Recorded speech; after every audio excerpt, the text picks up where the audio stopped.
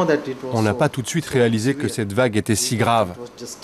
Ici, on parle de 30 000 morts et d'au moins 900 000 sans-abri. Je viens d'arriver à Colombo, la capitale du Sri Lanka. Nous sommes le 28 décembre. 2 jours après les vagues meurtrières, cette mère de 5 enfants revient tout juste sur les ruines de sa maison. Maman, va de l'autre côté.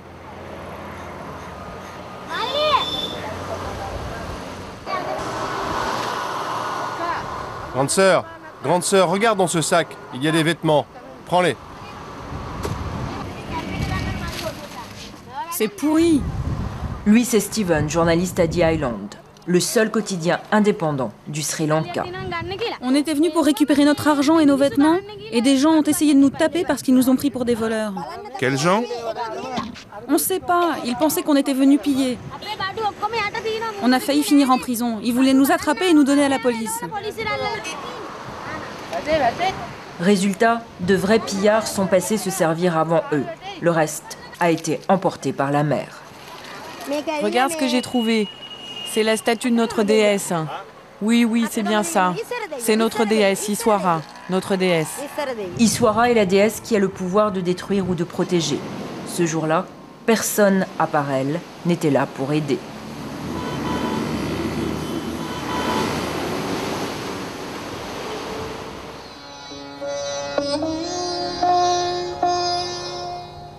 Trois jours ont passé depuis la catastrophe.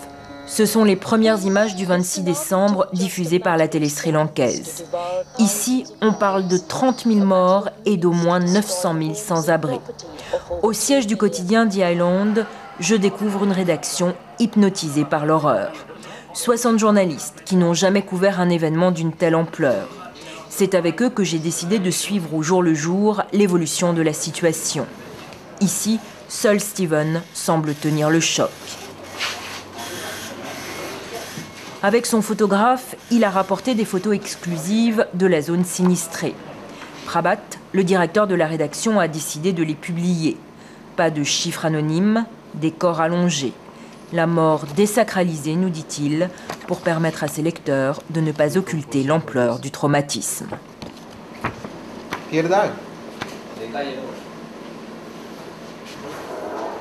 Ici, chacun a été touché personnellement.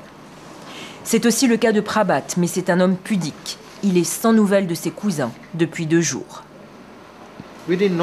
On n'a pas tout de suite réalisé que cette vague était si grave.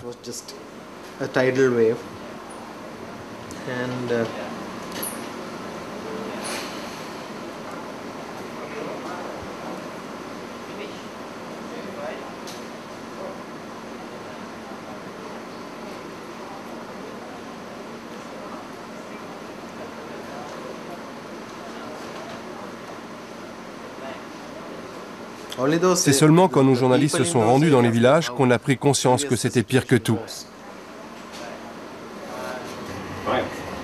Aujourd'hui, Steven doit faire le portrait d'un petit village à l'intérieur des terres.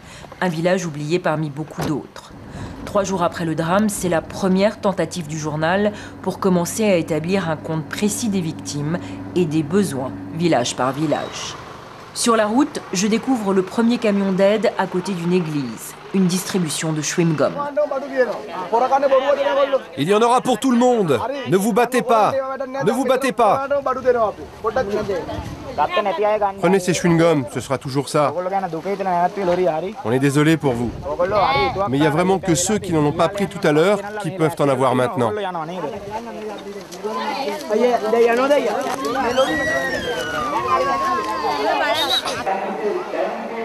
Nous sommes arrivés à la mission Saint-Antonia où 2000 personnes se sont réfugiées. Depuis la vague, seul du lait a pu parvenir jusqu'ici. Je suis frappée par le calme, par la résignation des réfugiés. Ils attendent patiemment leur tour. Certains n'ont rien mangé depuis 3 jours. Pas un reproche dans leur regard, juste de la douceur. Proches des gens, loin de la bureaucratie et de la politique, les religieuses ont déjà fait la liste des priorités. Pour l'instant, ils ont besoin de nourriture, de vêtements et de médicaments. Après seulement, On essaiera de leur trouver un abri.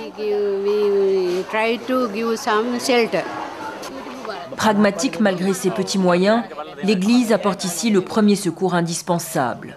Pour Steven, catholique pratiquant, une véritable lueur d'espoir. Les gens s'occupent les uns des autres. C'est fondamentalement humain, cette notion d'entraide entre voisins. Et ici, on s'aperçoit à quel point ce lien est fort. Les gens n'attendent pas qu'on leur demande pour venir aider. C'est très important. Ça veut dire qu'au moins, il y a une volonté de prendre en charge les gens en difficulté. Ça veut dire que leurs voisins sont prêts à tout pour les aider.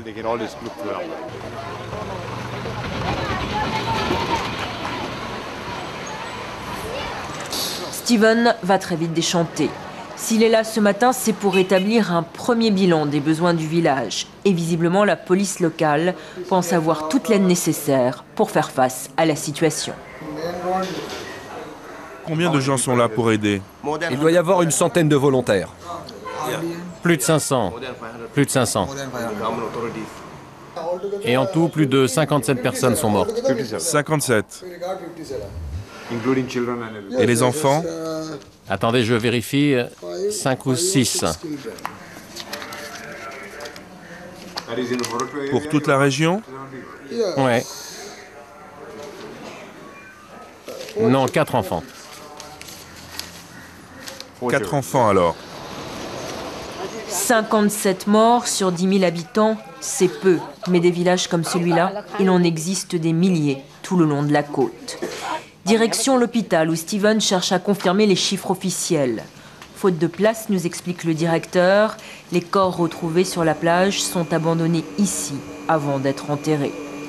Une morgue improvisée où l'odeur des cadavres est insupportable. Brusquement, quelqu'un vient chercher Steven. Une urgence. Un petit garçon arrive en réanimation. Faute de moyens, il vient d'agoniser.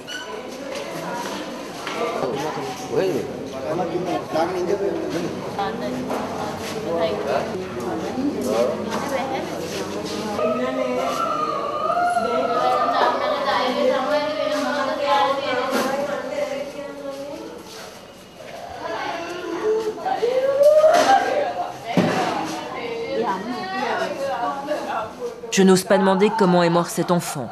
Je pense aux 30 000 morts sri-lankais, des chiffres qui ne veulent pas dire grand-chose tant qu'on n'a pas vu l'horreur en face.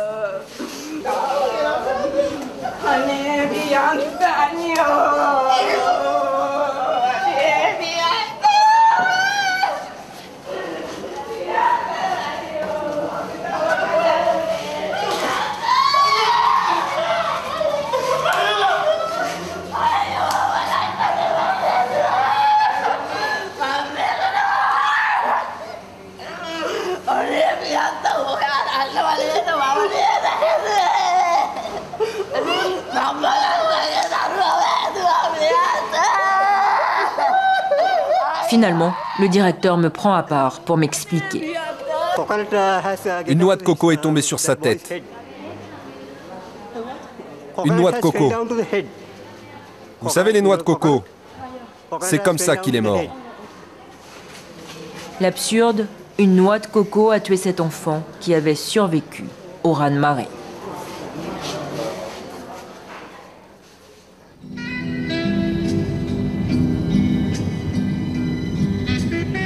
Retour en ville. Steven, trop choqué pour parler, se réfugie dans la musique. On se sent comment? On se sent comment après une journée comme ça? Déprimé. Vraiment déprimé.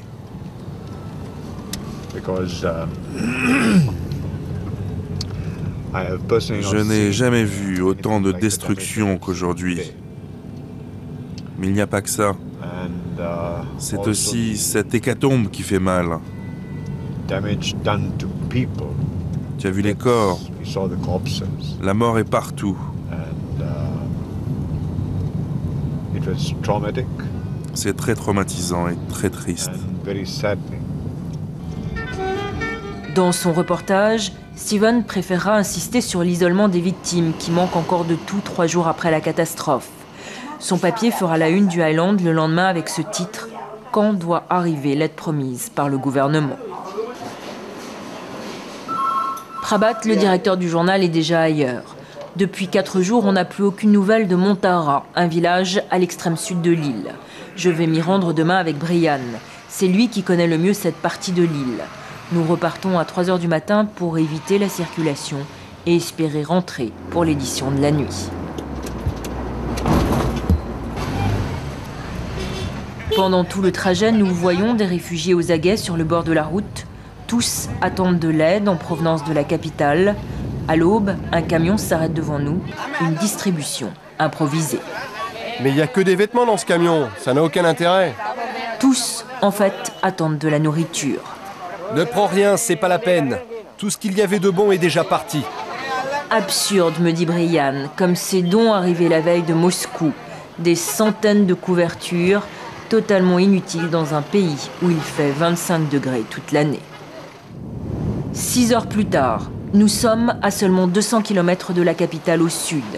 La route principale a été coupée par l'océan, une brèche de 25 mètres de large, impossible d'aller plus loin. Le pont a-t-il été détruit? Même pas, il a tout simplement disparu. La route ne va pas plus loin? Non, on ne peut pas aller de l'autre côté. C'est la seule route pour atteindre le sud. Il va falloir faire un détour et essayer de la récupérer un peu plus loin. Est-ce possible? Oui, il y a un moyen, on peut y arriver. Seule solution, rejoindre la voie ferrée à l'intérieur des terres et la longer pendant quelques kilomètres avant de reprendre la route principale. Mais là-bas, une vision d'horreur nous attend. À Thelouaté, depuis le 26 décembre, personne n'a encore vu un seul journaliste et encore moins un étranger. Nous arrivons à peine à imaginer ce qu'il s'y est passé ce jour-là. Un train emporté par la vague des rails et se retrouve projeté wagon par wagon à plusieurs dizaines de mètres de la voie ferrée. Celle-ci non plus n'a pas résisté à la violence du choc. Il y avait 2000 personnes à bord, 2000 personnes dont les corps gisent dans les décombres depuis bientôt 5 jours. Aucun médecin humanitaire, Croix-Rouge ou organisation internationale ne sont là. Seuls 40 soldats sri-lankais tentent l'impossible. Mettez ces gants, soyez prêts. Mettez-les 2 par 2.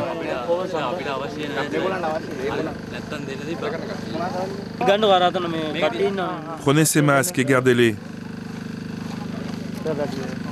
On transpire quand on les met. Prends-les et garde-les pour les autres. Allez, on y va. Il va falloir creuser dans cette direction.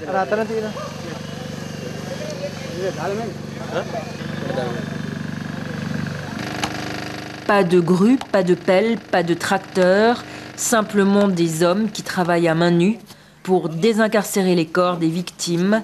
Les militaires n'ont trouvé qu'une poutre en bois. On doit creuser. On doit creuser. Elle est censée faire levier.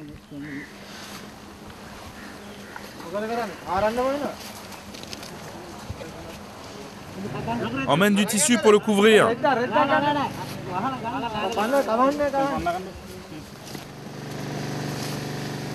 Du tissu pour envelopper les corps et éviter qu'ils ne se disloquent au moment de les soulever. Voilà ce morceau devrait faire l'affaire. Oui, mais il faut encore tirer, tirer.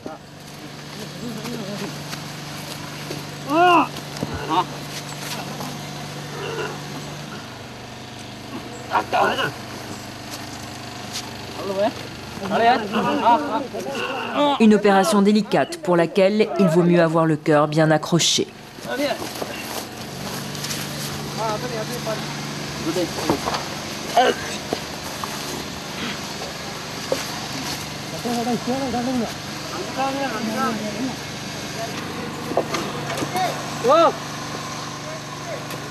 Oui, emmenez les corps plus loin. On verra ce qu'on en fera après. Ils sont là depuis 6 heures. 2 corps seulement ont été ainsi désincarcérés.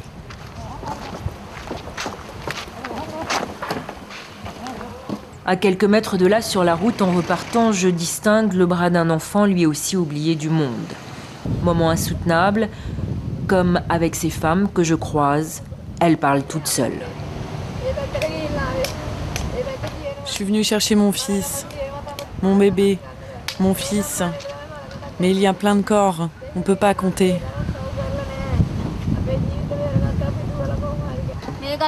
Dans ce village, il n'y a personne qui nous donne à manger. Personne. Il a fallu supplier pour qu'on nous donne quelque chose à manger.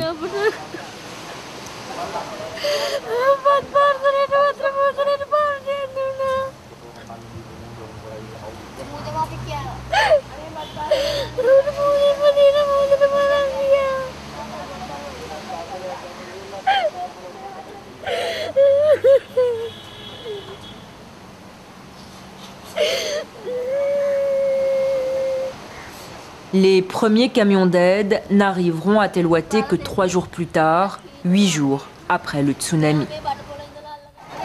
15 heures, nous sommes à l'extrême sud de l'île, mais toujours à l'intérieur, dans la région de Palautua, là où la vague a été la plus forte. Sans prévenir, un vent de panique s'empare de toute la ville. N'allez pas par là, rebroussez chemin! Que se passe-t-il, Brian? C'est une nouvelle vague qui arrive ou quoi? Le chauffeur nous dit de ne pas aller là-bas. C'est juste une rumeur. Pas de problème. Les gens ont peur, mais c'est juste une rumeur. Ce sont des pillards qui essaient de semer la panique. On va rouler jusqu'à la colline. Comme ça, on pourra voir l'eau arriver. Mais tu sais, ici, on est très loin de la côte, ne t'inquiète pas. Moi, ça va. Avez-vous eu peur? Non, mais on s'éloigne parce qu'on ne sait jamais. En moins de 30 secondes, la petite ville est paralysée par les embouteillages. J'imagine la panique au moment où la vague a déferlé. Brian aussi. On décide d'attendre sur les hauteurs de la ville, le temps que les esprits et le ciel s'apaisent. Lorsque nous arrivons enfin à Montara, nous découvrons une ville fantôme. Plus de 1200 personnes sont mortes ici. 10 000 autres ont fui vers le nord. Là encore, nous sommes les premiers étrangers à pénétrer dans l'église.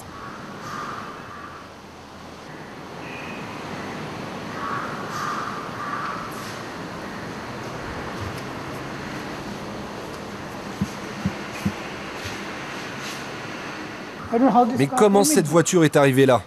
Une voiture qui atterrit au beau milieu d'une église. Il était 8h30 quand la mer a déferlé. C'était l'heure de la messe. Les seules personnes qui sont arrivées pour aider sont ces religieuses. 3 petites sœurs de la charité encore interloquées par ce qu'elles ont vu. Vous voyez le ventilateur? L'eau, elle est montée jusqu'à là.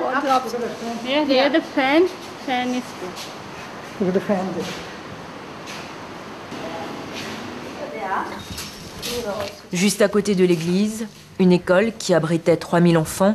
La plupart ont été sauvés.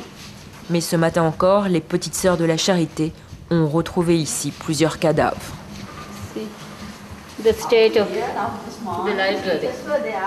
Vous n'avez retrouvé les corps qu'aujourd'hui? Oui, ce matin. Vous savez, Brian, les corps étaient vraiment enfouis sous des bureaux. À nos côtés, pendant toute la visite de l'école, des parents d'élèves survivants du drame.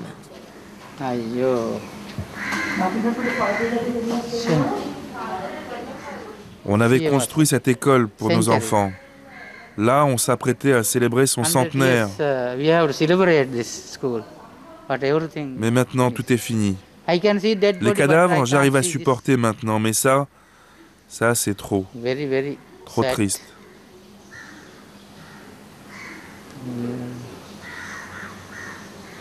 Dans cette cour, il y avait des rires d'enfants, 3000 enfants.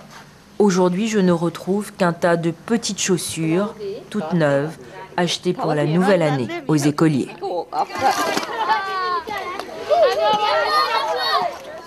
1er janvier 2005, 8h du matin. Dans ce petit village de pêcheurs à majorité musulmane, l'année commence sous le signe de la reconstruction. Des gamins qui travaillent sans aucune aide extérieure. C'est aussi le cas des adultes sur la plage. Comment expliquer l'incroyable inadéquation de l'aide? Comment évaluer au mieux les besoins pour reconstruire? Aujourd'hui, je suis avec Harry, responsable de la rubrique tourisme à The Island. Si nous sommes là, C'est parce qu'il y a encore 8 jours, Bentota a été considéré comme un des plus jolis ports de pêche de la côte. Comment vont les affaires? Ça s'effondre, c'est la fin.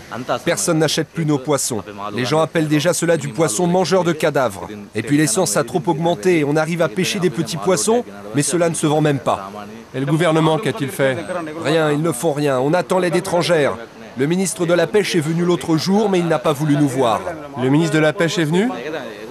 Oui, il est venu, mais il ne nous a pas parlé. Les médias doivent maintenant nous aider en parlant de nous. Ne t'inquiète pas. On va publier l'histoire dans le journal et on prendra ta photo. On va faire quelque chose. Hé, vas-y, prends-le en photo. Vous savez, il y a une rumeur. Les éleveurs de poulets disent que les poissons ont mangé des cadavres. Et donc, résultat, les gens n'achètent plus de poissons. Mais bien sûr, c'est pas vrai. À Bentota, cela fait longtemps qu'on ne compte plus que sur la pêche pour faire marcher l'économie de la région. Il y a encore 8 jours, tous les espoirs de la population reposaient sur un projet touristique providentiel, un hôtel 5 étoiles dont Harry a suivi les travaux depuis le début.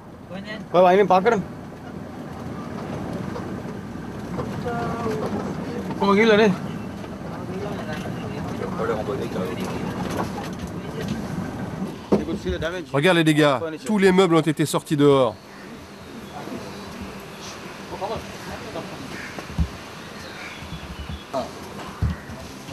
Tout a été détruit?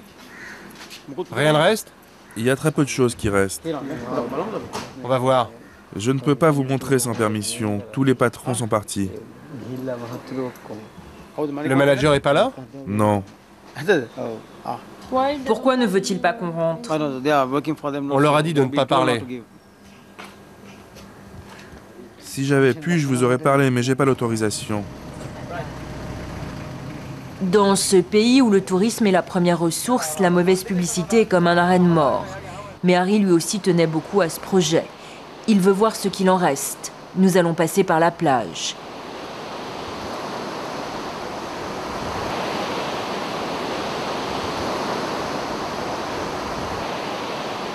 Je découvre l'un des lieux les plus dévastés de la côte. Ici, la vague a atteint 15 mètres de haut et par miracle, il n'y a eu qu'un mort et quelques blessés. Harry ? Rien, depuis une semaine, n'a été nettoyé ni ramassé.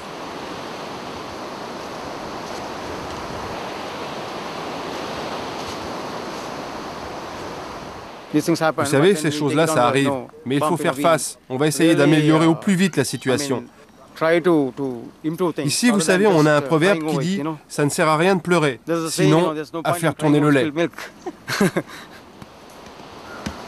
L'inauguration du Palace 5 étoiles était prévue le 24 janvier prochain. Aujourd'hui, des chiens errants remplacent les touristes. Dimanche 2 janvier. Dans le jardin de mon hôtel, j'aperçois quelques touristes un peu gênés par ma caméra. Dans les regards, dans les conversations que je surprends à l'heure de l'apéritif, beaucoup de questions sans réponse. Un soir, j'ai aussi remarqué ces valises, jour après jour, à la même place. Pendant 6 jours, j'ai attendu le propriétaire. Elles n'ont jamais bougé. À qui sont ces bagages? Ce sont des bagages abandonnés. À qui sont-ils? Je ne sais pas vraiment. Ils ont fait le tour des hôtels, mais ils sont tous revenus ici. Depuis combien de temps sont-ils là? Peut-être une semaine?